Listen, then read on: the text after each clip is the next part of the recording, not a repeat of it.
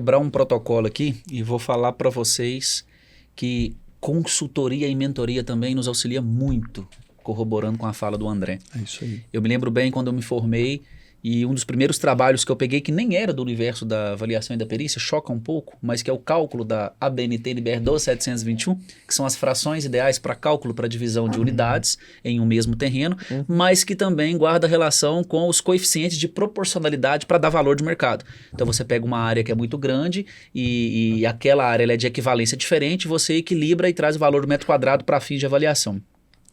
Quando eu fui solicitado para poder passar uma proposta de preço, eu entendi um pouco, tinha tido essa matéria, já tinha tido contato, inclusive com o IBAP, de cursos que chocavam um pouco com essa questão, mas eu contratei uma mentoria. Peguei o trabalho, contratei um mentor, ele me explicou o trabalho, fiz em conjunto, gerou outros novos 4, 5 contratos e hoje eu consigo administrar essa matéria bem. Então, corroborando um pouco com a fala do André, essas qualificações, a importância das questões do aprendizado, mas também de buscar mentoria, né? E nós falávamos aqui antes de começar o podcast também sobre a importância de ter ali pessoas base do seu lado, né? Um engenheiro geotécnico de sua confiança, um engenheiro de estrutura de sua confiança, porque nós não sabemos tudo, né? E o ato pericial, ele nos exige em muitas das vezes, uma ação multidisciplinar. E a gente precisa de começar a separar o joio do trigo e abaixar um pouco, ouvir mais e entender que nós precisamos uns dos outros. Por isso, esse podcast também trabalha muito sobre a valorização da engenharia, a valorização da nossa classe. E aí vem a próxima pergunta. Se me permite, o André comentou algo interessante. A questão dos trabalhos sobre a gratuidade de justiça, né? Você tem alguma proporção a cada tantos trabalhos? Eu reservo aqui uma agenda, aqui um percentual ou uma quantidade mês para fazer? Ou é no sentimento? Não. Você dá uma lida no processo e fala assim, não, esse eu vou ajudar, ou esse eu não consigo, como que é? Não, na verdade, Pedro, eu gostei muito da sua pergunta, sendo bem sincero, porque assim, como engenheiro civil, e a gente sabe muito bem, ou se não sabe, eu vou contar para o pessoal, que a gente, assim, para conseguir, na maioria das vezes, uma perícia que seja custeada pelas partes, a gente também vai ser testado para ver se consegue uma perícia mais simples, sabe? Então eu entendo dessa maneira, pelo menos comigo foi assim. A gente sempre fez, a gente não tem, a gente não vai deixar de fazer, mas para fazer uma perícia, às vezes custeada pelas partes, você vai ter que ter passado por algumas gratuitas, tá? Qual que é o número que a gente tem no escritório hoje, tá? A cada 3 gratuitas a gente vai fazer uma custeada pelas partes. Então, assim, é 3 para 1, sabe?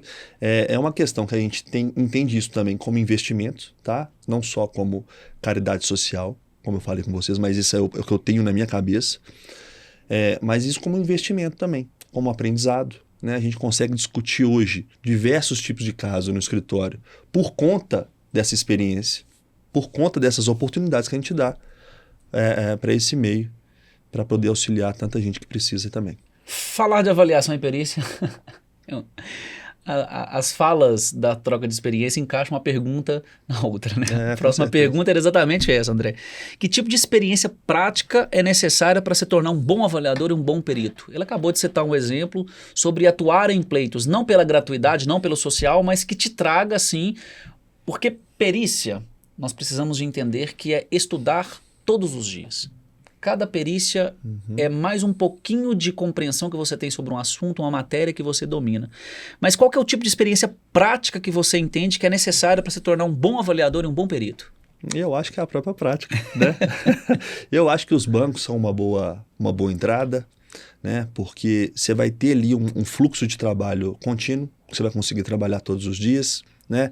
É claro que cada um vai conseguir, quem já lê um edital de banco, sabe como é que é. Você vai escolher a área que você quer atender, né? Não que isso seja aberto para o Brasil inteiro, mas você vai escolher as atividades que você consegue se credenciar através da sua experiência, e com isso você vai ter um fluxo de trabalho. E nada melhor, no meu entendimento, do que a prática, né? Um dia você está avaliando uma casa, no outro dia um apartamento, no outro dia um terreno pequeno, no outro dia uma gleba grande, no outro dia uma indústria. Então, por isso, vai passando pelas experiências e as dificuldades. Você comentou muito bem, Luiz, e graças a Deus eu tive bons mentores durante a minha caminhada, e tenho hoje a quem recorrer para diversos aspectos, sabe? Saber, né? Você comentou sobre os coeficientes de terreno. Eu me lembro uma vez que eu tinha um terreno muito grande e não tinha elemento amostral para fazer o cálculo. E aí que eu fui descobrir a fórmula de Serge Abunamã e fui aplicar ela no trabalho.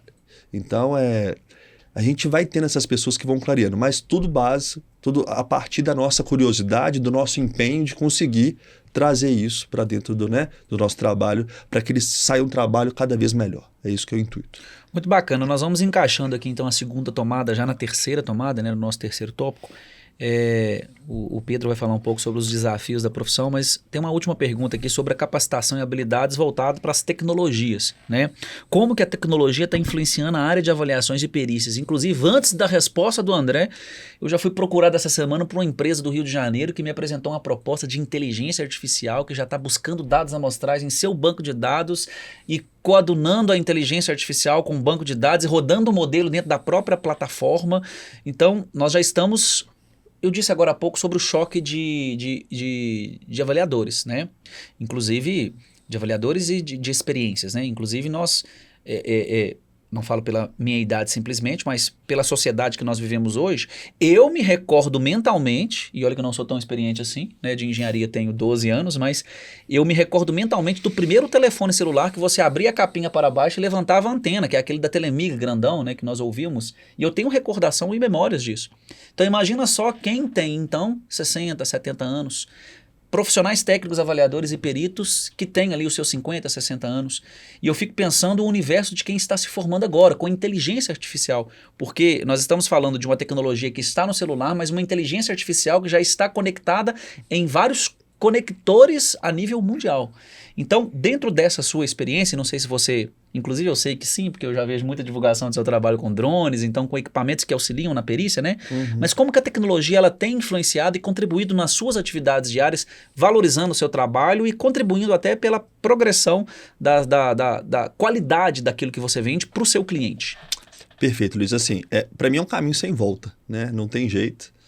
A gente já trabalha com drone desde 2014, quando a gente abriu a empresa. A gente abriu a empresa e na época a gente começou a contratar o serviço de drone antes de comprar um, até porque é um investimento considerável. Mas hoje em dia a gente já trabalha com câmeras termográficas, né? Tem diversos tipos de scanners que a gente utiliza nas avaliações e perícias. Então, assim, para mim é essencial, vamos dizer assim, se a gente quer aperfeiçoar o nosso trabalho, trazer um trabalho mais bem fundamentado, um trabalho que vai trazer ali uma certeza maior, seja ele você como perito oficial, como perito particular, como assistente, a gente tem não é sempre que a gente vai conseguir também colocar um equipamento num trabalho, porque às vezes você não tem o equipamento, você tem que locar ele e às vezes os honorários não permitem que isso aconteça, né? Tem que trabalhar com a realidade também dos fatos. Mas, por exemplo, hoje a gente na GV já tem diversos equipamentos próprios que a gente utiliza no dia a dia. Câmera termográfica, então, basicamente, né, sempre que vão tratar de infiltrações, de algum caso específico, alguma perícia veicular, a gente sempre utiliza, né? O drone, imóvel adjudicado, não sei se vocês têm experiência, mas muitos peritos vão ter. A pessoa não permite que você entre na propriedade e você tem que fazer o registro. Quando é imóvel rural, pelos agrônomos, então, isso aí é uma mão na roda, né? A gente vê isso como um caminho sem volta. Você comentou sobre essa empresa do Rio de Janeiro para fazer os modelos estatísticos, né, na própria plataforma. A gente fez uma reunião há pouco tempo atrás com uma empresa de São Paulo que está exatamente fazendo como o Bruno fala muito bem, essa raspagem de dados, trazendo isso para dentro do software. Tem a inteligência artificial, diversos robôs trabalhando para que gere ali a equação de regressão, traz isso de uma maneira mais rápida para que a gente consiga alcançar um volume melhor, uma qualidade melhor. Eu acho que é muito válido. Eu acho que quem está fazendo isso, está trazendo essas inovações, a gente, né, claro que tem capacidade de analisar, comparar e que se for para auxiliar, por que não? É a minha visão que eu tenho em relação a isso. Querendo ou não volta.